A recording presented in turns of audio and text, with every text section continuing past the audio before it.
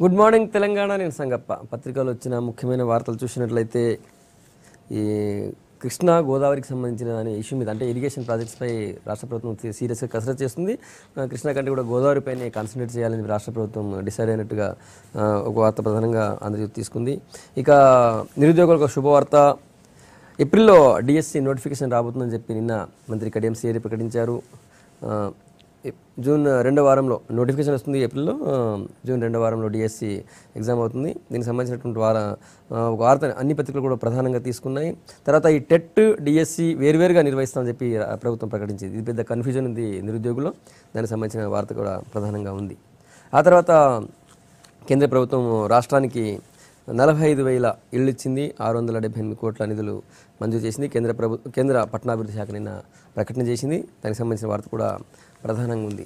ఆ తర్వాత ఇక జాతీయ వార్తలు చూసినట్టయితే నిన్న నిర్భయ కేసులో మైనర్గా ఉన్నటువంటి జువెనైల్ కోర్టు నిందితుడిని విడుదల చేయడంపై మొత్తం దేశవ్యాప్తంగా ఒక్కసారిగా ప్రజలందరూ కూడా ఆందోళన వ్యక్తం చేస్తున్నారు, చాలా సీరియస్ అవుతున్నారు. దానికి సంబంధించిన వార్త కూడా ప్రధానంగా తీసుకున్నాయి అన్ని పత్రికలను కూడా. ఆ తర్వాత నిన్న హైదరాబాద్లో కాంగ్రెస్ నుంచి కొంతమంది సీనియర్ నాయకులు, రంగారెడ్డి జిల్లా డిసిసి అధ్యక్షుడిగా పనిచేసినటువంటి కేఎం ప్రతాప్తో సార్ చాలామంది నాయకులు టీఆర్ఎస్లో చేరారు. అప్పుడు కేటీఆర్ అటు కాంగ్రెస్ బీజేపీ రెండు పార్టీలకు కూడా రాష్ట్రంలో లైఫ్ లేదని చెప్పారు. దానికి సంబంధించిన వార్త కూడా ప్రధానంగా ఉంది. ఇవి ప్రధానంగా ఉన్నటువంటి వార్తలు. మరోవైపు అటు ఎర్రవల్లిలో చండీ యాగం స్టార్ట్ అవుతుంది రేపు. దానికి సంబంధించినటువంటి నిన్నటి ప్రాథమిక పూజలను కూడా నిన్న సీఎం కేసీఆర్ దంపతులు నిర్వహించారు. గ్రామ దేవతలకు పూజ చేసి యాగాన్ని స్టార్ట్ చేయబోతున్నారు. దానికి సంబంధించిన వార్త కూడా ఉంది. ప్రధానంగా ఈ అంశాలపై చర్చించేందుకు స్టూడియోలో బీజేపీ నుంచి కృష్ణసాగర్ రావు గారు, తర్వాత టీడీపీ నుంచి కొత్తకోట దయాకర్ రెడ్డి గారు మనతో ఉన్నారు.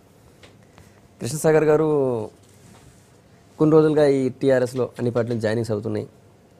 అందులో కేటీఆర్ మాట్లాడిన ప్రతిసారి కేంద్రం నుంచి బాగా కేటీఆర్ గారు కేంద్రాన్ని బాగా టార్గెట్ చేస్తున్నారు. ముఖ్యంగా మోడీని టార్గెట్ చేస్తున్నారు. దేశంలో తిరగడానికి ఆయన టైం లేదు, ముఖ్య హైదరాబాద్ రావడానికి టైం లేదని చెప్పి. సో మాకు కేంద్రం రాష్ట్రాన్ని బాగా నిర్లక్ష్యం చేస్తుంది, మాకు వివక్ష చూపిస్తుందని చెప్పి అంటున్నారు. చెప్పండి, మీరేమంటారు కేంద్ర ప్రభుత్వ పార్టీగా? అంటే మొదటిదేమో ఈ వలసల గురించి. వలసలు నాయకులు వస్తూ ఉన్నారు, పెద్ద నాయకులు, మిడిల్ నాయకులు వస్తూ ఉన్నారు. కానీ ఓటర్లు అయితే అడిదిక్కు పోతలేరు. పోతారని కూడా నేను అనుకుంటలేను. ఎందుకంటే నిన్న కూడా రెండు వస్తున్నాయి అంటున్నారు. అంటే వారు అనుకోవచ్చు. ఇప్పుడు నిన్న కూడా నేను కుక్కట్పల్లిలో కొంతమంది ప్రజలతో మాట్లాడుతూ ఉంటే వాళ్ళు ఏమంటున్నారంటే, మా ఎమ్మెల్యేకి నేను ఓటు తెలుగుదేశం పార్టీలో ఉన్నాడు కాబట్టి వేసిన, కానీ ఆయన ఈరోజు లేకుండా పోయిండు అంటే నా ఓటు వేస్ట్ అయింది అన్నట్టు మాట్లాడుతూ ఉన్నారు. కాబట్టి తప్పకుండా ఓటర్లు ఏంటంటే ఆ టీడీపీకి వేసిన వాళ్ళు, బీజేపీకి వేసిన వాళ్ళు ఓవర్ నైట్ అయితే చేంజ్ కారు కదా, ఐడియాలజికల్లీ వేస్తారు ఓట్లు. కాబట్టి తప్పకుండా ఇక్కడ ఇష్యూ వాళ్ళకి అర్థమవుతలేదు, అర్థమయ్యే పరిస్థితికి వాళ్ళకి వస్తుంది. అందుకనే ఫ్రస్ట్రేషన్లో ఉన్నారు వాళ్ళు. వాళ్ళ ఓటమి గ్యారంటీ అని అర్థమైపోయింది కాబట్టి ఇష్టం వచ్చింది మాట్లాడుతూ ఉన్నారు. ఇప్పుడు మంత్రి కేటీఆర్ గారు యువ నాయకులు, వారు మాట్లాడేటప్పుడు కొంచెం అవగాహన రాహిత్యంతో మాట్లాడకుండా ఉంటే బాగుంటుంది. ఇప్పుడు ఏంటంటే ఒకటేమో అవసరం లేని విషయం అంటే మోదీ గారిని జిహెచ్ఎంసీ రాజకీయాలకు లాగడం అన్నది ఇక చాలా లో లెవెల్ పాలిటిక్స్. అదిగాక మీకు వారి మీద ఏం పెట్టుకొని మాట్లాడుతూ ఉన్నారు అంటే, మీరు పర్సనల్ ఫంక్షన్కి పిలిస్తే రాలేదని కొంచెం ఏమైనా బాధ కలుగుతూ ఉన్నదా? అంటే చండీ యాగం అంటే ఇప్పుడు ప్రధానమంత్రి గారికి బాధ్యతలు ఏంది అన్నది కేటీఆర్ గారు అర్థం చేసుకోవాలి. ప్రధానమంత్రి బాధ్యతలు ఏంటంటే దేశాన్ని సంరక్షణ చేయడం, దేశ బార్డర్స్ని ప్రొటెక్ట్ చేయడం, దేశ సౌభాతృత్వాన్ని, సార్వభౌమాధికారాన్ని ప్రొటెక్ట్ చేయడం, దిశ ఇవ్వడం, విధాన నిర్ణయాలు తీసుకుంటూ దేశాన్ని ఒకవైపు అభివృద్ధి వైపు తీసుకుపోవడం, విదేశాలలో దేశాన్ని రిప్రజెంట్ చేయడం, విదేశీ సమిట్స్లో దేశాన్ని రిప్రజెంట్ చేయడం, ఈ దేశాన్ని పేదరికం నుంచి నిర్మూలన చేసేందుకు ఒక విధానపరమైన నిర్ణయాలు తీసుకోవడం, నిరుద్యోగాన్ని నిర్మూలన చేయడం, ఇది కదా బాధ్యతలు. ప్రధానమంత్రి పెళ్లిళ్ళకి పేరెంటాలకి రారు కదా ప్రధానమంత్రులు. అంత మీకు అత్యంత సన్నిహితమై ఉండి మీకు పర్సనల్ రాపోయేదని ఉంటే వ్యక్తిగత ఫంక్షన్స్కి వస్తారు. ఆంధ్రాకి 2 సార్లు ఎందుకు పోయినరు అంటే, మరి కేటీఆర్ గారికి అంటే వారు పేపర్ చదువుతలేరా, వారు టీవీలు చూస్తారా నాకు అర్థమైతలేదు. హుదూద్ తుఫాను అతలాకుతలమైన ఆంధ్ర రాష్ట్రాన్ని చూడ్డానికి వారు వైజాగ్ పోయినరు.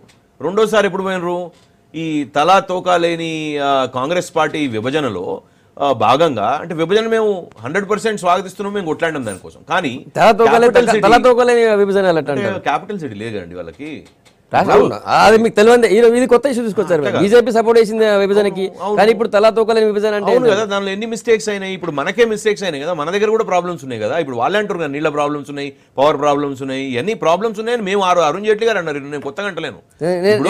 ఆ ఇష్యూ తీసుకుంటే డిబేట్ అయితే కానీ లేదు, నేను అనేది ఏంది, వాళ్ళ క్యాపిటల్ సిటీ కట్టుకోవడానికి ప్రారంభోత్సవానికి మోదీ గారు పోయినారు. అంటే కేటీఆర్ గారు ఏమంటుండ్రు, వద్దంటుండ్రా? కేటీఆర్ పోద్దంటుండ్రా? ఒక దిక్కు మీకు ముళ్ళు గుచ్చితే పనుతో తీస్తామనే కేసీఆర్ గారు, వారి తండ్రి గారు, ఇటు కేటీఆర్ గారు ఆంధ్రప్రదేశ్కి ప్రధానమంత్రి పోతే ఎందుకు బాధపడతా ఉన్నారు? మరి మీరు ఇక్కడ పిలిచినందుకు ఎంత పెద్ద ప్రోగ్రామ్స్ ఏం పెడతలేరు కదా మీరు.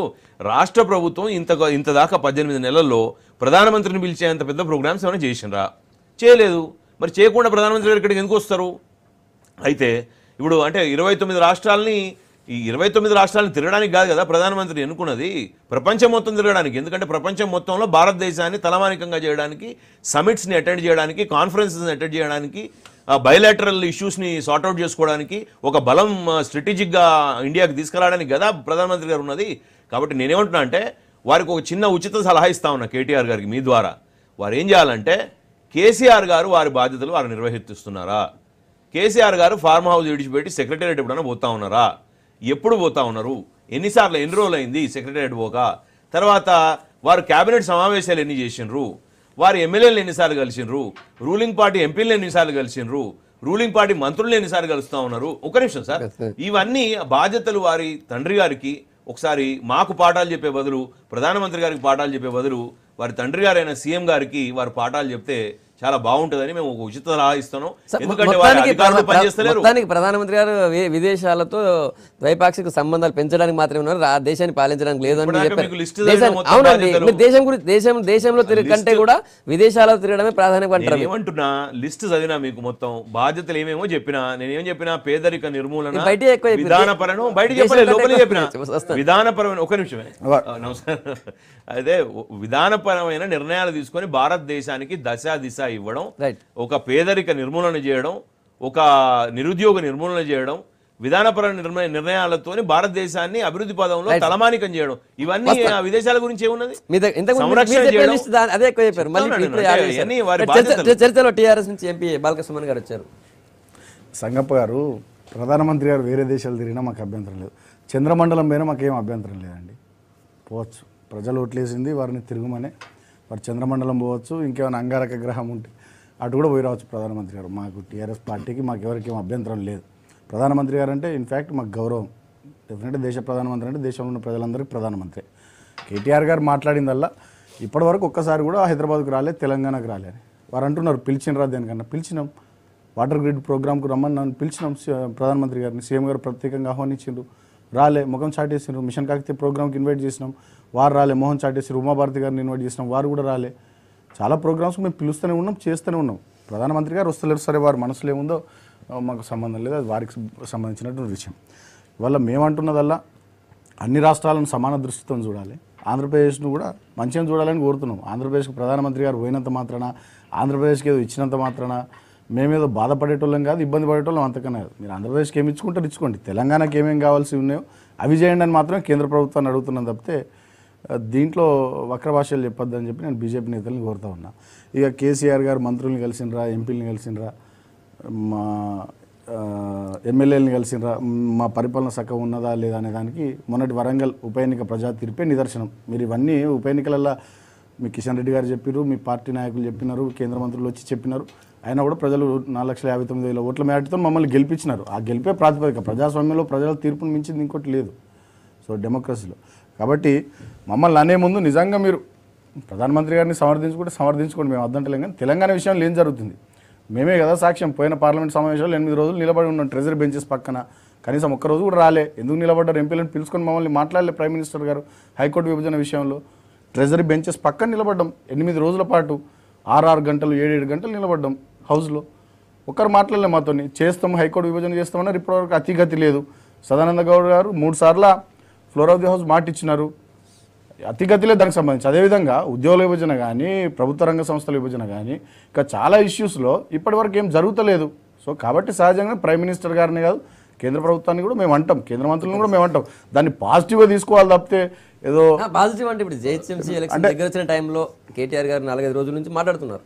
హైదరాబాద్కి వచ్చే టైం ఉందా అంతకుముందు నుంచి కూడా మాట్లాడుతున్నారు. అంటే మా ఉద్దేశం వల్ల ప్రధానమంత్రి గారి మీద మాకు వ్యక్తిగతమైనటువంటి కోపం లేదు, భారతీయ జనతా పార్టీ మీద మాకు వ్యక్తిగతమైనటువంటి కోపం ఏం లేదు. అభివృద్ధికి సంబంధించి అభివృద్ధి విషయంలో కేంద్ర ప్రభుత్వం నిర్వర్తించాల్సినటువంటి పాత్రను నిర్వర్తిస్తలేదన్న ఆవేదన తప్పితే మాకేముంటుంది? సంగప్ప గారు, ఇక్కడ విషయం ఏంది అంటే అభివృద్ధికి సహకారం చేస్తూ ఉన్నారా లేదా అనేది. మీకు కొన్ని హక్కుల ప్రకారం ఏది రావాలన్నా అది వస్తూ ఉన్నది. అభివృద్ధి అంటే పిఎఫ్సి కానివ్వండి, పవర్ ఫైనాన్స్ కార్పొరేషన్ కానివ్వండి, ఇంకొక కార్పొరేషన్ ద్వారా కానివ్వండి 45,000 కోట్ల పవర్ సపోర్ట్ చేయడం జరిగింది. నిన్నటికి నిన్న 45,000 ఇళ్ళు ఇవ్వడం జరిగింది కేంద్ర ప్రభుత్వం నుంచి. మీరు ఇంతకుముందు 20,000 అడిగితే ఆ 20,000 కరెక్ట్గా మీరు అడగలేదు, టైంకి అడగలేదు అని చెప్పి ఇప్పుడు 45,000 మళ్ళీ ఇవ్వడం జరిగింది. మేమేమి ఎన్నికల గురించి చేస్తానేమే, మిస్తే మీకే కదా క్రెడిట్ వచ్చేది, రోజు వచ్చి చెప్పుకునేది మీరే కదా మాకు ఇళ్ళు వచ్చినాయని. కాబట్టి అట్లా లిస్ట్ చదవాలంటే భారత ప్రభుత్వం చేసింది తెలంగాణకి చాలా ఉన్నది. కానీ ఇప్పుడు వారు ట్రెజరీ బెంచెస్ దగ్గర హైకోర్టు విషయం కాకుండా రైతుల ఆత్మహత్యల విషయం అయి కూర్చొని ఉంటే, నిలబడి ఉంటే తప్పకుండా ప్రధానమంత్రి గారు వారితో మాట్లాడేవారు.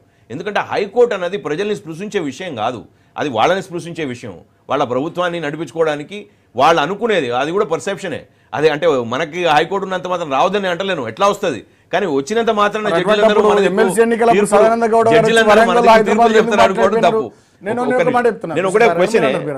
హైకోర్టు అవసరం లేదని మీరు అంటున్నారు. అటువంటిప్పుడు ఎమ్మెల్సీ రామచంద్రరావు గారు ఇక్కడ నిలబడ్డప్పుడు వరంగల్లో హైదరాబాద్ లో వచ్చి సదానంద గౌడ గారు సాధారణ ప్రజల్ని మరి సాధారణ ప్రజలకు సంబంధించిన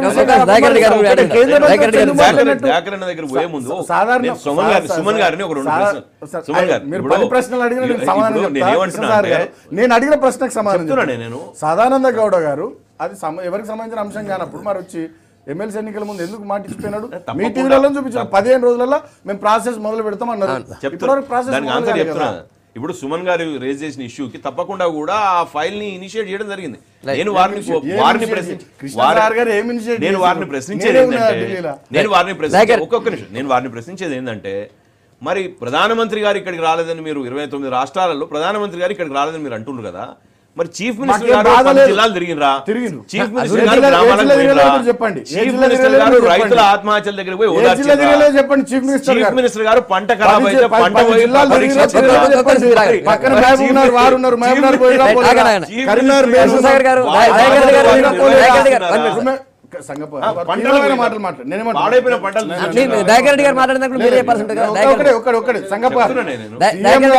జిల్లాలు తిరగలేరు అంటున్నారు సీఎం గారు. 10 జిల్లాలు తిరిగిరు.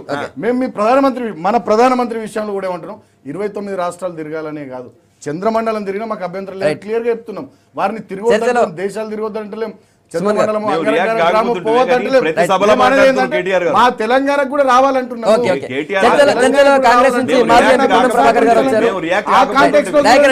కానీ ప్రతి సభలో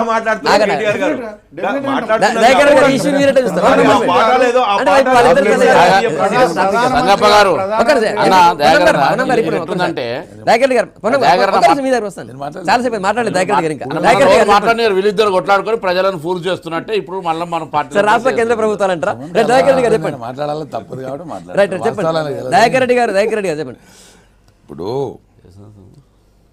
ఇలా పార్టీల కండువాలు మారినంత మాత్రం మనుషులు మారుతారని ఎవరూ అనుకోము. కాకపోతే అధికార దాహం ఉన్నటువంటి వాళ్ళు కానీ ఎందుకు తీసుకొస్తున్నారో తీసుకొచ్చే వాళ్ళకి తెలుసు, ఏమిచ్చి తీసుకొస్తున్నారో మాకంత తెలుసు, వాళ్ళకు తెలుసు. సుమన్ గారు ఒక మాట అన్నారు, నేను మీకే యాడ్ చేస్తున్నాను. మీరు ఇంతసేపు విన్నా, వాళ్ళు మాట్లాడేందుకు నేను విన్నా, నేను మొత్తం మాట్లాడి చెప్పండి. ఇలా కండువాలు మారినంత మాత్రం మనుషులు మారుతారని నేను అనుకోను. ఎందుకు తీసుకొస్తున్నారని తెలుసు కదా. జిహెచ్ఎంసీ ఎన్నికలు వస్తే అక్కడ, ఎంపీటీసీ ఎన్నికలు వస్తే ఇక్కడ, ఇవన్నీ ఇప్పుడు అక్కడ ఒకటి ఇంకోటి. ఇవాళ మాటికి సుమన్ వరంగల్ ఎలక్షన్ మాట్లాడుతున్నాడు. వరంగల్ ఎలక్షన్ ఒక సపరేట్ చర్చ పెట్టండి, నిజాలు మాట్లాడదామని నేను స్పష్టంగా చెప్తాను. మళ్ళీ ఎట్లా పొలిటికల్ మేనేజ్మెంట్ జరిగింది అదే గొప్పతనం. పొలిటికల్ మేనేజ్మెంట్ జరపడమే గొప్ప అనుకుంటే రాజకీయ పార్టీలు ఎవరైనా కానీ, ఎనీ పార్టీ, ఓకే లెఫ్ట్ వాళ్ళ ఆత్మవిమర్శకు వదిలేద్దాం. ఆ పొలిటికల్ మేనేజ్మెంట్ చేసినోడికి ఎంత బాధ ఉంది, ఇదిగానే నేను చేయకపోతే పోతుండే నా పర్వ అని అనుకున్నాడా లేదా ఒకసారి ఆలోచన చేసుకోవాలి చేసేటువంటి మనిషి. కాబట్టి దాన్ని పక్కకు పెట్టండి. వరంగల్ గెలుపు దాన్ని ఎందుకు స్వాగతిస్తామంటే అక్కడ ఉన్నటువంటి దయాకర్ ఉద్యమంలో పాల్గొన్నాడు కాబట్టి ఏ పొలిటికల్ మేనేజ్మెంట్తో గెలిచినా కానీ అతని గెలుపు మంచిదే అనేటువంటి దాన్ని స్వాగతించినాం. తెలంగాణ విగ్రహ రూపకల్త ఉద్యమంలో పాల్గొన్నాడు కాబట్టి దాన్ని స్వాగతించిన దాన్ని ఎక్కువ పెద్దగా పెట్టలేదు. కానీ మళ్ళీ అదే మళ్ళీ మాట్లాడితే చర్చ పెడదాం, మాట్లాడదాం, నిజాలు కూడా బయట పెడతాం కొన్ని. అది అయిపోయింది. ఇక ఒకవేళ అదే నిజమని వారు అనుకుంటే మరి ఎంపీటీసీ ఎన్నికల్లో మన తెలుగుదేశానికి కాంగ్రెస్కు వాళ్ళకి ఎందుకు వచ్చినాయి, సర్పంచులు ఎందుకు పోయినాయంటే మరి జవాబు చెప్పగలమా? అవి కింది స్థాయి నుంచి వచ్చేటి కదా ఎలక్షన్లు, మరి దానికి ఏమంటారు మరి? కాబట్టి ఒకటి ఇవాళ పార్టీల్లో నాయకత్వ లోపం, ఇంకెవరు వస్తారని ఎదురు చూస్తూ కార్యకర్తలు అన్నమాట వాస్తవం. దాన్ని గైదులో పెట్టేసి ఎవరు లేరు ఇంకా నేను తప్ప అనేటువంటి చూపించుకునేటువంటి మాట వాస్తవం. దానికి తగినట్టుగా తన కుటుంబాన్ని ఎక్స్పోజ్ చేసుకొని ఇంకో రకమైన ఆలోచనకు వచ్చే సంవత్సరంలో రెడీగా ఉన్నట్టు మాట వాస్తవం.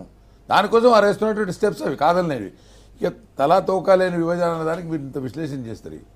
సాక్షాత్తు కేసీఆర్ గారు కూడా చంద్రబాబు నాయుడు గారిని కలిసినప్పుడు కానీ, గవర్నర్ గారితో ఇద్దరు కూర్చున్నప్పుడు కానీ కొన్ని ఇబ్బందులు వచ్చినాయి. ఆ రోజు కావాలి కాబట్టి పోరాడినాం, ఇంత ఈ ఇబ్బందిని ఎట్లా అధిగమించాలనుకున్నది వాస్తవం కదా. అదే కదా ఆ రోజు చంద్రబాబు నాయుడు గారు చెప్పిన, అరుణ్ జైట్లీ గారు కానీ, అద్వానీ గారు కానీ, నేను మాట్లాడాను సార్, చాలా స్పష్టంగా చెప్పినారు. మొదలుది కావాలి అనేది, మొదలుది కావాలా మాకు ఎట్లా కానీ అడిగినాం, అందరం అడిగినాం, ఒక పార్టీ కాదు తప్పితే రాదేమనే భావంతో అడిగినమాట వాస్తవం. కానీ దానికి ఎన్నికలు కొంచెం ముందుకన్నా జరపండి, తెలంగాణ ఇచ్చి తర్వాత ఎన్నికలు జరపండి, కొన్ని రోజుల తర్వాత ఇవన్నీ సెట్ చేయండి. ఎందుకంటే విడిపోయిన తర్వాత సామరస్యంగా ఉండాలని చెప్పినాం. ఇవాళ నువ్వు ఎంపీటీసీని తీసుకుపోయినా ఎమ్మెల్సీ ఎన్నికలు వస్తే ఎవరెవరికి ఆఫర్ వచ్చో సుమన్ పక్కకు కూర్చొని మాట్లాడతా, ఓపెన్గా మాట్లాడమని ఛాలెంజ్ చేయమని చెప్తా. ఇప్పుడు ఛాలెంజ్ మరి బాగుండదు, దేనికంటే దానికి వద్దు ఉంటున్నా, వద్దు దేనికంటే పీపుల్ నాకు ఎంత ఆఫర్ ఇచ్చిరో చెప్పండి. మీకు తండ్రికి పుట్టినోడైతే ఒక తండ్రికి పుట్టినోడైతే టీఆర్ఎస్ నాకు ఎంత ఆఫర్ ఇచ్చాడో చెప్పాలా, నాకు ఎంత ఆఫర్ ఇచ్చాడో చెప్పాలా, లైవ్ లోకి వచ్చి చెప్పు మరి చెప్పాలంటున్నా. గౌరవ పొజిషన్ లో ఉన్నాడే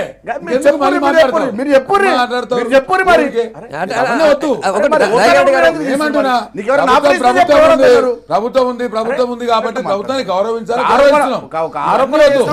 ఆరోపణ కాదు, చాలా గొప్పతనం అనుకుంటా, పార్టీ మార్చేది అనుకుంటాం.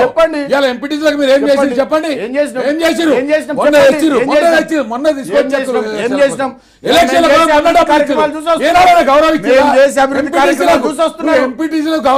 అభివృద్ధి కార్యక్రమం కుర్చీ లేదు, మిషన్ కాకతీయ లేదు, గ్రామ సర్పంచ్ పక్కన కూర్చొని అర్హత లేదు. నువ్వు మాట్లాడతావు సుమన్, కింది స్థాయి నుంచి వచ్చినావు,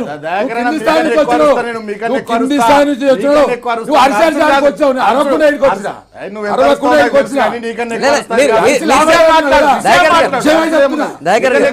మాట్లాడుతున్నావు, పార్టీ మార్పిడ్లు గురించి మాట్లాడుతున్నావు. ఎంపీటీసీకి ఏం చేస్తామని వాళ్ళని తోలుకు వచ్చిస్తున్నావు, వాళ్ళకి ఏమి ఇస్తున్నావు, సొంతంగా తీసుకొని డబ్బులు జోలో పెడుతున్నావు. వాస్తవం కదా?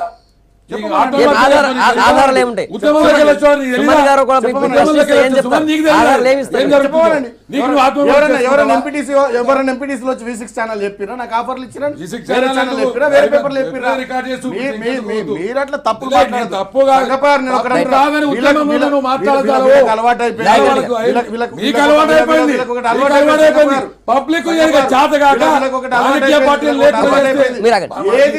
మనుగడ సాగాలంటే రాజకీయ పార్టీలు ప్రజలకు పనిచేయాలి. ఇవాళ ప్రధానమంత్రి సంగపారు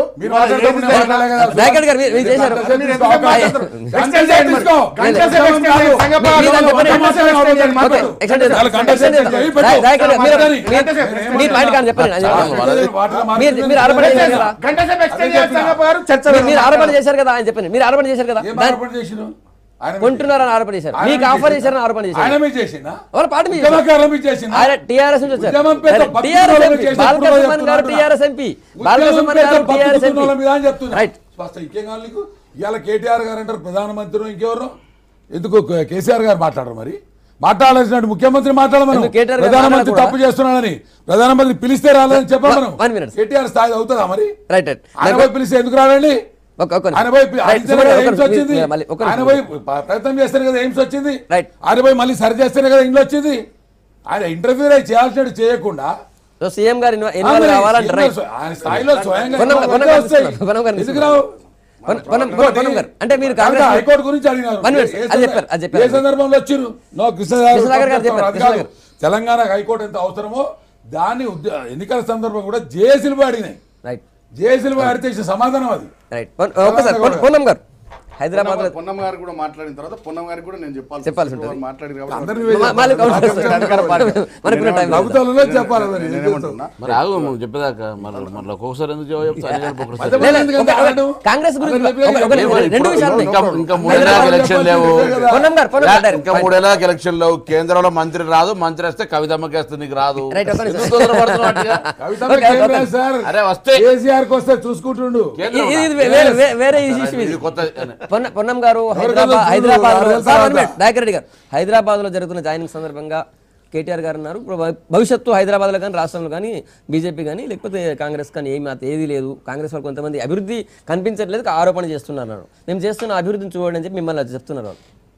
ఎన్టీ రామారావు గారి పట్ల ఆకర్షితులై చంద్రశేఖరరావు గారు ఆ పార్టీలో చేరి అంత అభిమానంగా కొడుకు పేరు పెట్టుకున్నటువంటి వ్యక్తి, తారక రామారావుకి ఎన్టీ రామారావుకే తిరుగులేదనుకున్నటువంటి వ్యక్తే ఒకసారి పడిపోవాల్సి వచ్చింది. కాబట్టి అటువంటి అహంకారపూరితంగా లేదా రాజకీయంలో మేమే శాశ్వతం అనుకుంటే ఇది ప్రజాస్వామ్యము సైకిల్ చక్రం తిరుగుతుంటుంది, తప్పకుండా కాలగర్భంలో కలిసిపోవాల్సి వస్తుంది. ఈరోజు మీరు ఒక్కసారి మీరు అధికారంలోకి వచ్చి ఏడాదిన్నరైంది కదా, మీరు నామినేటెడ్ పోస్టులు పంచుడు సురు చేయండి. ఫస్ట్ నామినేటెడ్ పోస్టులు పంచుడు సురు చేయండి, దాని తర్వాత మీకు సంగతి చెప్తాం. తర్వాత ఇంకోటి, ఇయర్ హైదరాబాద్ సంబంధించి తెలంగాణ 9 జిల్లాల ఎన్నికలు లేవు కాబట్టి హైదరాబాద్ ఎన్నికలు ఉన్నాయి కాబట్టి మున్సిపల్ కార్మికుల సమస్యను పరిష్కరిస్తారు, గ్రామ పారిశుద్ధ కార్మికుల సమస్య పరిష్కరించారు, హైదరాబాద్లో ఉన్న నల్ల బకాయిలను మాఫీ చేస్తారు, హైదరాబాద్లో ఉన్న ఇండ్ల బకాయిలను మాఫీ చేస్తారు, హైదరాబాద్లో విద్యుత్ బకాయిలను మాఫీ చేస్తారు, ఎల్ఆర్ఎస్ బీఆర్ఎస్ చేస్తారు.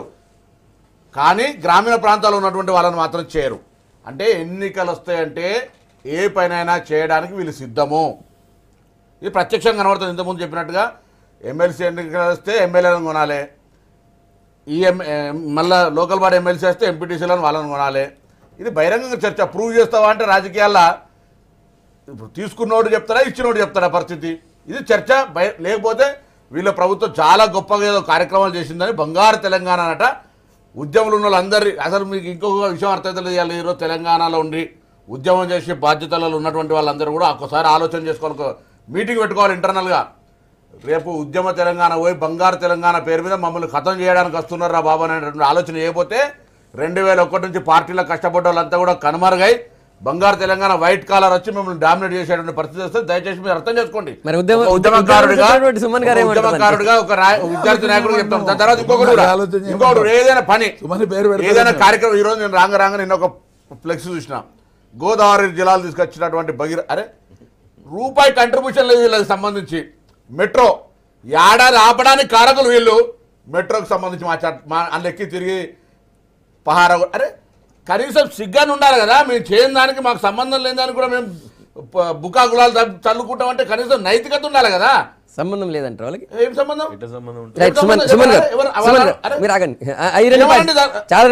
రెండు విషయాలు హైదరాబాద్ రిలేటెడ్ ఇష్యూస్ చెప్పారు మీరు, చెప్పండి సుమన్ గారు. ఇప్పుడు ఫస్ట్ దయాకర్ రెడ్డి గారు మాట్లాడిందని నేను చెప్తాను. గతంలో కూడా తెలుగుదేశం పార్టీ అధికారంలో ఉన్నప్పుడు కాంగ్రెస్ పార్టీకి చెందినటువంటి వాళ్ళు తెలుగుదేశం పార్టీలోకి చాలా మంది పోయినారు. కాంగ్రెస్ పార్టీ అధికారంలోకి వచ్చినాక తెలుగుదేశం పార్టీ తెలుగుదేశం పార్టీకి చెందిన వాళ్ళు టీఆర్ఎస్ పార్టీకి చెందిన వాళ్ళు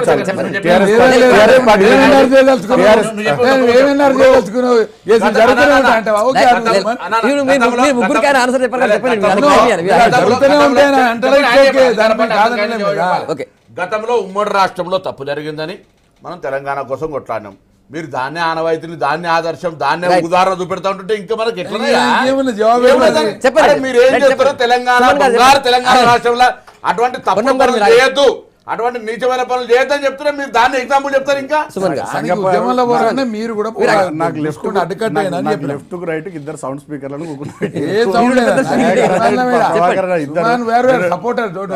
అదే ఇప్పుడు నేను చెప్తున్నా ఏంటంటే, గతంలో తెలుగుదేశం పార్టీ అధికారంలో ఉన్నప్పుడు కాంగ్రెస్లోకి వెళ్ళి చాలా మంది చేరిండ్రు. కాంగ్రెస్ పార్టీ అధికారంలో ఉన్నప్పుడు మా టీఆర్ఎస్లోకి వెళ్ళి కానీ టీడీపీలో చాలా మంది కాంగ్రెస్ పార్టీ వాళ్ళు తీసుకున్నారు. ఇవాళ టీఆర్ఎస్ పార్టీ మేము అధికారంలోకి వచ్చిన తర్వాత ఇవాళ ఇతర పార్టీలకు చెందినటువంటి వాళ్ళు మా పార్టీలోకి వస్తుంటే మేమేదో ప్రలోభాలు పెడుతున్నామని, కొంటున్నామని, కొనుగోలు చేస్తున్నామని వీళ్ళు మాట్లాడడం నిజంగా దయ్యాలు వేదాలు వాళ్ళు ఇచ్చినట్టున్న దప్పితే ఇంకొకటి కాదు.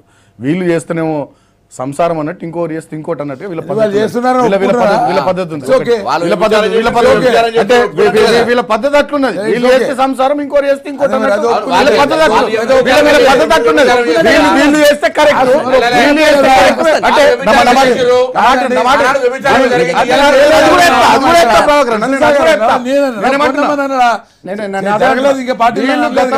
వీళ్ళు గతంలో అధికారంలో ప్రతిపక్షాలకు చెందినటువంటి వాళ్ళు వీళ్ళ పార్టీలో చేరితేనేమో వీళ్ళు ఒప్పని మాట్లాడినారు. వాళ్ళు అదే మేము అధికారంలో ఉన్నప్పుడు వాళ్ళ అధికారంలో మేము ఉన్నాము. వాళ్ళ అధికారంలో మేము చేసే అభివృద్ధి కార్యక్రమాలు చూసి డెఫినెట్ గా ఎంపీటీసీలైనా జెడ్పీటీసీలైనా సర్పంచ్లైనా అందరూ కూడా మా పార్టీలోకి వస్తున్నారు. డెఫినెట్ గా మేము ఆహ్వానిస్తున్నాం. తప్పకుండా చేర్చుకుంటాం. ఒకటి. రెండోది, కేసీఆర్ గారు 2001లో ఉద్యమాన్ని ప్రారంభించినాడు, ఉద్యమ పార్టీ ప్రారంభించినాడు కేసీఆర్ గారు ఒక్కరే. నేను కూడా ఆన టీఆర్ఎస్లో లేను. నేను ఒక విద్యార్థిని, మామూలు విద్యార్థిని, కరీంనగర్ జిల్లా కోరుట్లలో డిగ్రీ ఫస్ట్ ఇయర్ చదువుతున్నా. 2003లో యూనివర్సిటీకి వచ్చిన తర్వాత నేను కూడా టీఆర్ఎస్ పార్టీలో చేరినాను. అట్లా చాలా మంది చాలా మంది సరే అందరు తెలుసా మీరు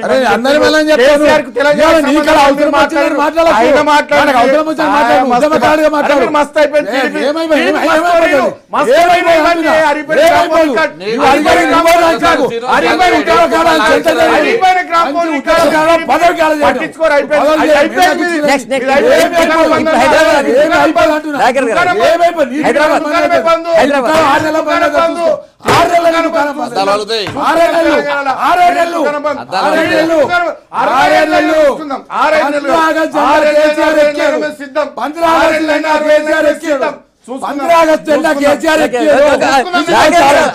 అది వేరే ఇష్యూ.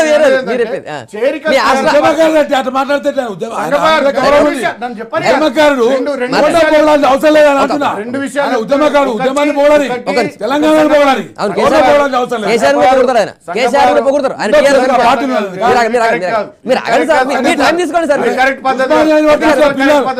చావుతో పుట్టినటువంటి తెలంగాణ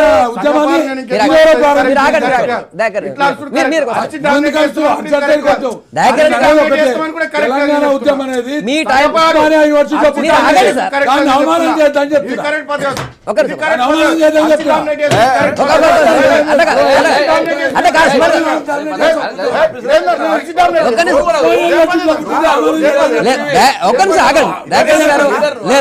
దయాకరెడ్డి గారు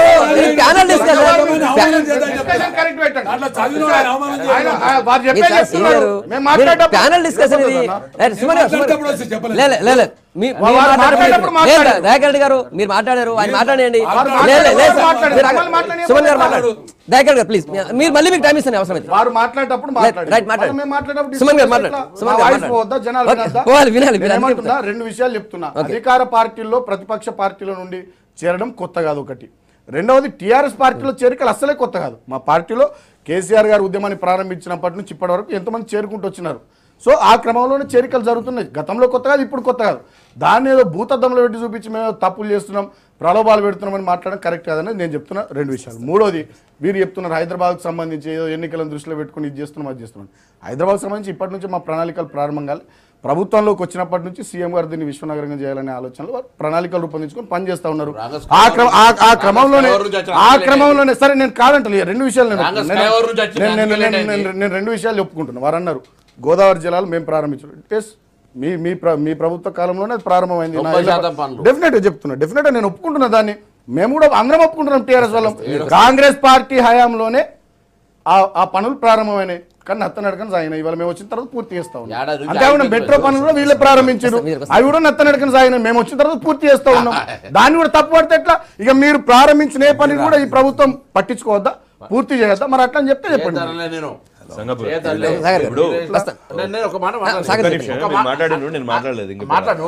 ఒకటేనా ఆయన ఏమన్నారు, సుమన్ మిత్రుడు ఏమన్నాడు అంటే, సోదరుడు గతంలో జరిగింది సంసారం, ఇప్పుడు జరిగింది ఏదో అని అంటే, గతంలో వ్యభిచారం చేస్తూ మీరు దాన్ని చేస్తున్నట్టు ఒప్పుకుంటున్నారా?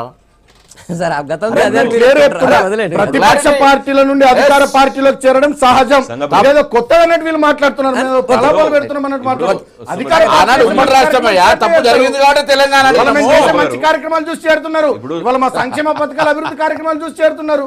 మీ కాలంలో 2 బెడ్రూమ్లు ఇల్లు ఇచ్చిర్రా, 1 బెడ్రూమ్ ఇల్లు ఇచ్చిర్రు, అది నచ్చాలి. ఇవాళ నచ్చుతుంది వచ్చి చేరుతున్నారు. సాగర్ గారు, ఒక్క నిమిషం. కృష్ణసాగర్ గారు మాట్లాడండి. సెంట్రల్ ఎలక్షన్ కమిషన్ నిన్నగాక మొన్న ఒక నోటీస్ ఇచ్చింది కేసీఆర్ గారికి, కేటీఆర్ గారికి.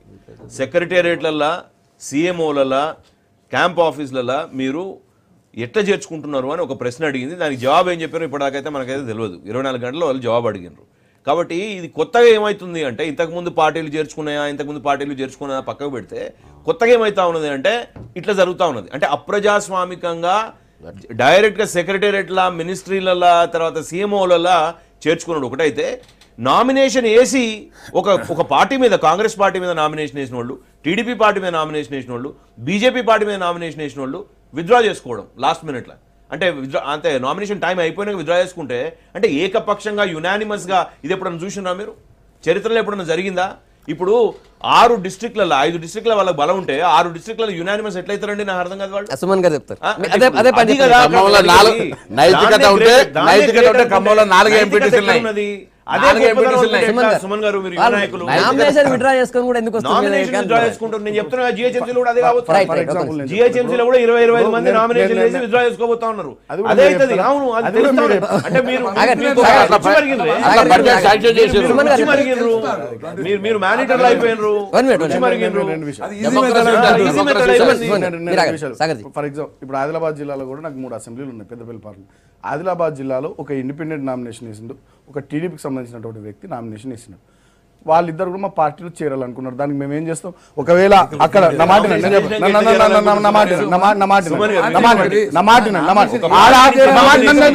ఆడ పూర్తి స్థాయి మెజారిటీ 600కు పైగా ఎంపీటీసీలు, జెడ్పీటీసీలు, కౌన్సిలర్ వన్ వే ఉంటుంది. ఆడ అబ్సల్యూట్ మెజార్టీతో మేము గెలుస్తున్నాం. సో అటువంటి పరిస్థితుల్లో టీడీపీ అభ్యర్థి విత్డ్రా చేసుకుని మా పార్టీలో చేరితే దానికి కూడా మమ్మల్ని తప్పు అంటారా? ఇండిపెండెంట్ క్యాండిడేట్ విత్డ్రా చేసుకుని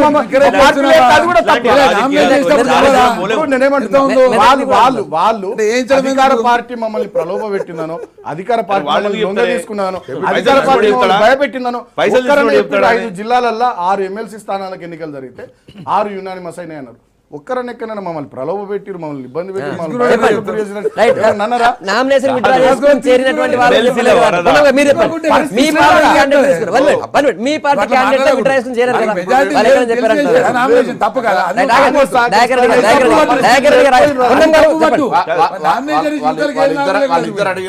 ఒకటే అడుగుతాను. ఇప్పుడు వారేమంటారు? మమ్మల్ని ఆకర్షించుకొని జాయిన్ అవుతున్నారు అని చెప్తా ఉన్నారు. మేము అడుగుతలేము, ఎలక్షన్ కమిషన్ కూడా అడిగింది. ఎలక్షన్ కమిషన్ జాయిన్ చేసుకోవడానికి ముఖ్యమంత్రి స్వయంగా కండవాలు కప్పినటువంటి సంస్కృతి లేదన్నాడు. అది కూడా సీఎంఓలా, అది పార్టీ ఆఫీసుల్లో ఎక్కడనో ఎంత అనైతికంగా దాన్ని సమర్థించుకుంటుంటే మేము ఇట్లే దౌర్జన్యం చేస్తాం. ఒక టీఆర్ఎస్ నాయకుని అడిగిన, మా పాత సోదరు సీనియర్ నాయకుడిని, మేము దౌర్జన్యం చేస్తాం, ఎత్తుకపోతాం, ఇవన్నీ మా ప్రభుత్వాలు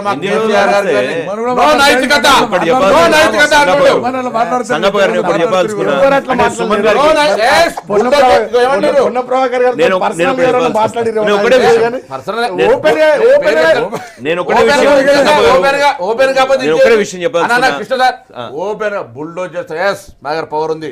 ఫస్ట్ గ్రామీణ వ్యవస్థలో ఏదైతే పోలీస్ వ్యవస్థను కంట్రోల్ పెట్టుకోను, ఈరోజు అరే సంక్షేమ శాఖలో నువ్వు సంస్కరణ తేవాలి, లేకపోతే ఇంకా వ్యవసాయ శాఖల సంస్కరణ తేవాలి. వ్యవసాయ విధానం ఫస్ట్ పోలీస్ వ్యవస్థను పటిష్టపరిచి బండ్లు గిన్నెలు ఇచ్చేసి 2 వీలర్లు ఆటోలు చచ్చిపోతారు, ఫైన్లు కట్టలేకేయాలి మొత్తం వ్యవస్థ మొత్తం మీద. ఎందుకు చెప్తున్నా అంటే పోలీస్ తోటి ఒక భయాందోళన. ఎవరైనా ఉద్యమం వ్యతిరేకంగా చేస్తే మేము బెదిరిస్తాం, మీడియాను తొక్కేస్తాం, రాజకీయ నాయకుడు ఏమైనా మాట్లాడితే తొక్కేస్తాం. ఇప్పుడు ఒక నియంతృత్వం నడుస్తా ఉన్నది.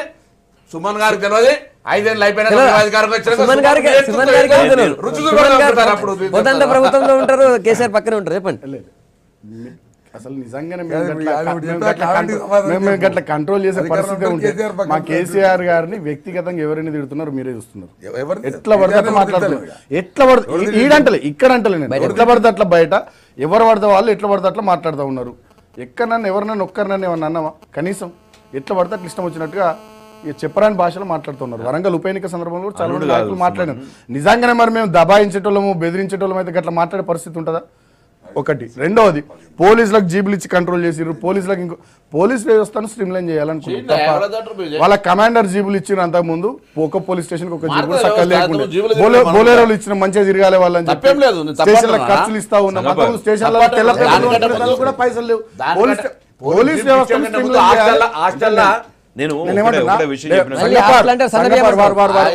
వారు మాట్లాడింది ఇంపార్టెంట్. ఇవాళ తెలంగాణ రాష్ట్రం వస్తే ఇక్కడ నక్సలిజం పెరుగుతుందని, మత కలహాలు పెరుగుతాయని చాలా మంది దీని మీద ఇష్టం వచ్చినట్టుగా మాట్లాడారు రాష్ట్రం రాకముందు. సో రాష్ట్రం వచ్చిన తర్వాత ఇమీడియట్ సీఎం గారు హైదరాబాద్ విషయంలోనైనా జిల్లాల విషయంలోనైనా లా అండ్ ఆర్డర్ కంట్రోల్ ఉండాలంటే పోలీస్ వ్యవస్థను అన్ని రకాలుగా బలోపేతం చేయాలి. వాళ్ళకి ఏమేమి ఇన్పుట్స్ ఇవ్వాలో ఏమేమి ఇవ్వాలి అన్ని ఇవ్వాలని చెప్పి ఆ ఉద్దేశంలో భాగంగా పోలీస్ వ్యవస్థను పటిష్టం సంగపారు. ఆ ఉద్దేశంతో పోలీస్ వ్యవస్థను పటిష్టం చేస్తే దాన్ని కూడా మీరు తప్పుదో కరీంనగర్ పోతుంటా సీఎం గారు గజ్జలు పోతుంటే 50 జీబులు ఇక్కడ సైరని అనే ఉంటాయా?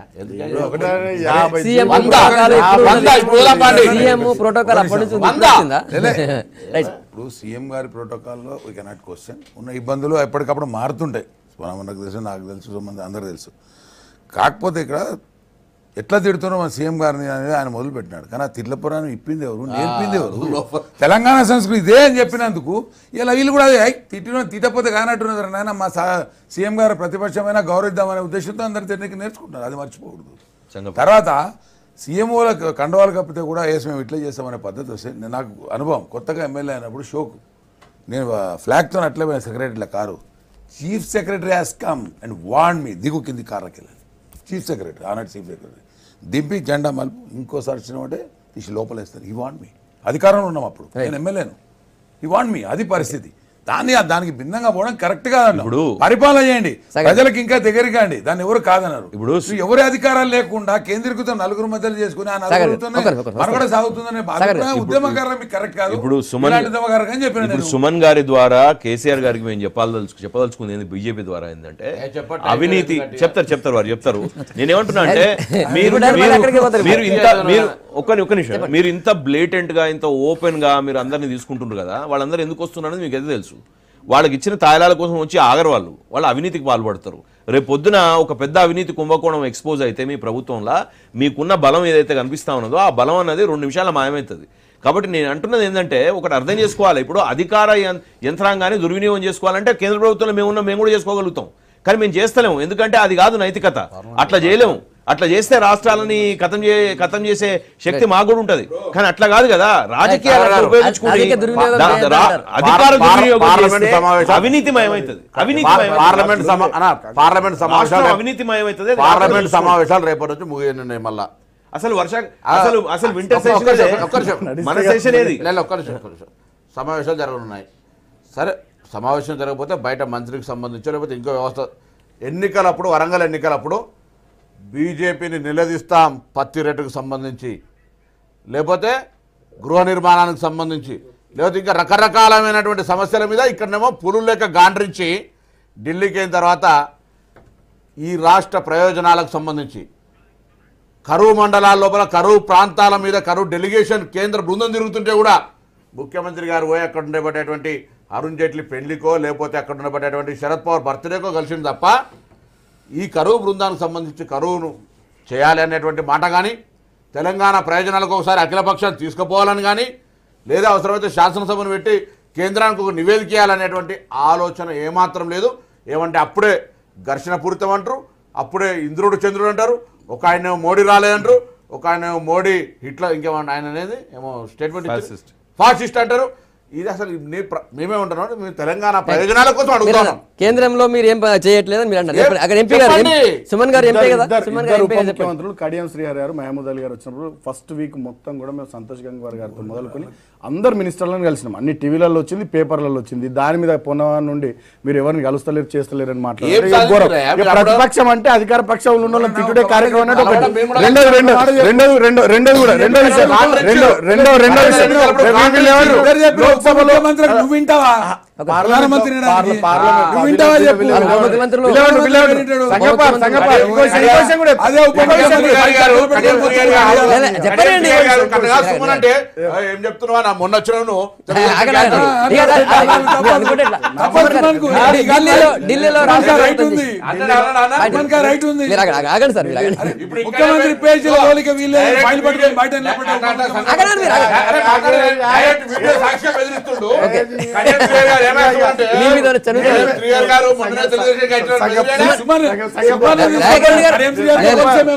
రాష్ట్రం మీరు ఆరోపణ ఢిల్లీలో ఏం చేస్తారు ఆరోపణ చేశారు చెప్పండి ఢిల్లీలో ఏం చేశారు? ఇద్దరు డిప్యూటీ సీఎంలు మేము ఎంపీలమంతా కూడా దాదాపు 8 మంది కేంద్ర మంత్రులను కలిసి మా ప్రయత్నం మేము చేస్తాం. ఒకటి రెండోది చెప్తున్నా, వారు ఏమంటున్నారు పార్లమెంట్లో దీని మీద ఏం కూడా అసలు పార్లమెంట్ మీరు కాంగ్రెస్ వాళ్ళు నడవనిస్తున్నారా? నేషనల్ హెరాల్డ్ ఇష్యూ మీద మొత్తం మీరు పెట్టి అసలు పార్లమెంట్ నడవనిస్తలేరు, లోక్సభ నడవనిస్తలేదు, రాజ్యసభ కూడా నడవనిస్తలేదు, లోపల కూడా నడవనిస్తలేదు, లోపల మాట్లాడమంటే నడవనిస్తలేదు. డెఫినెట్ గా ఆల్రెడీ పోయినాము, కలిసినాము, కరువు బృందం వచ్చింది, తిరుగుతా ఉంది, ప్రయత్నాలు జరుగుతూ ఉన్నాయి. దాన్ని మెచ్చుకోకుండా ఎంతసేపటికి సీఎం గారు కలవలేరు, సీఎం గారు పోలేరు, ప్రతిదానికి సీఎం గారిని విమర్శించడం ప్రతిదానికి సీఎం గారిని విమర్శించడం మా ప్రభుత్వం చూడమనండి.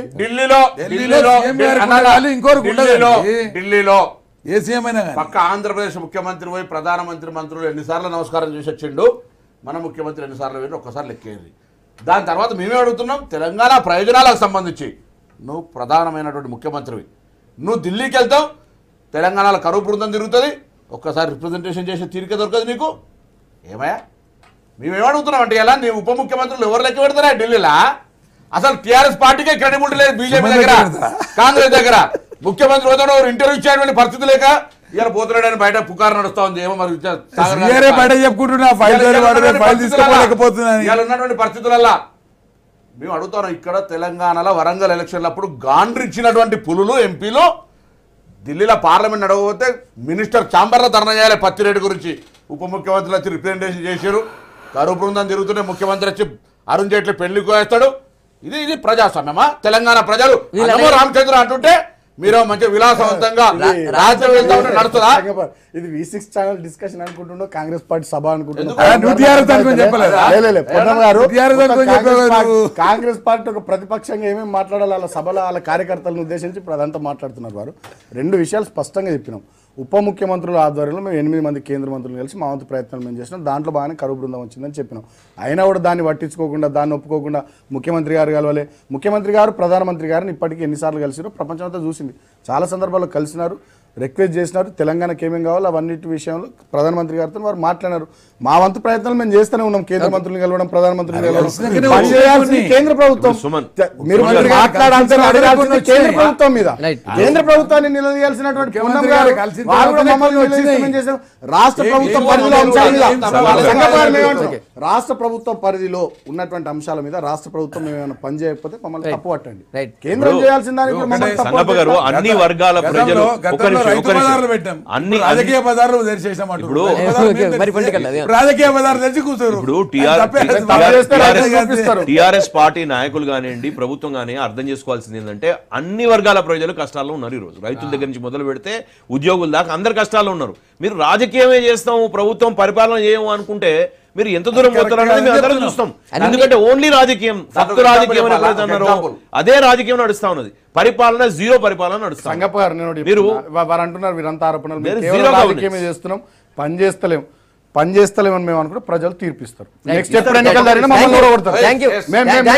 పని చేస్తలేం, పొన్న ప్రభాకర్ గారు బాగా పని చేస్తున్నారు అనుకుంటే కాంగ్రెస్ ని గెలిపిస్తారు, దయాకర్ రెడ్డి బాగా పని చేస్తున్నారు అనుకుంటే టీడీపీని గెలిపిస్తారు, కృష్ణసాగర్ గారు బాగా పని చేస్తున్నారు బీజేపీని గెలిపిస్తారు.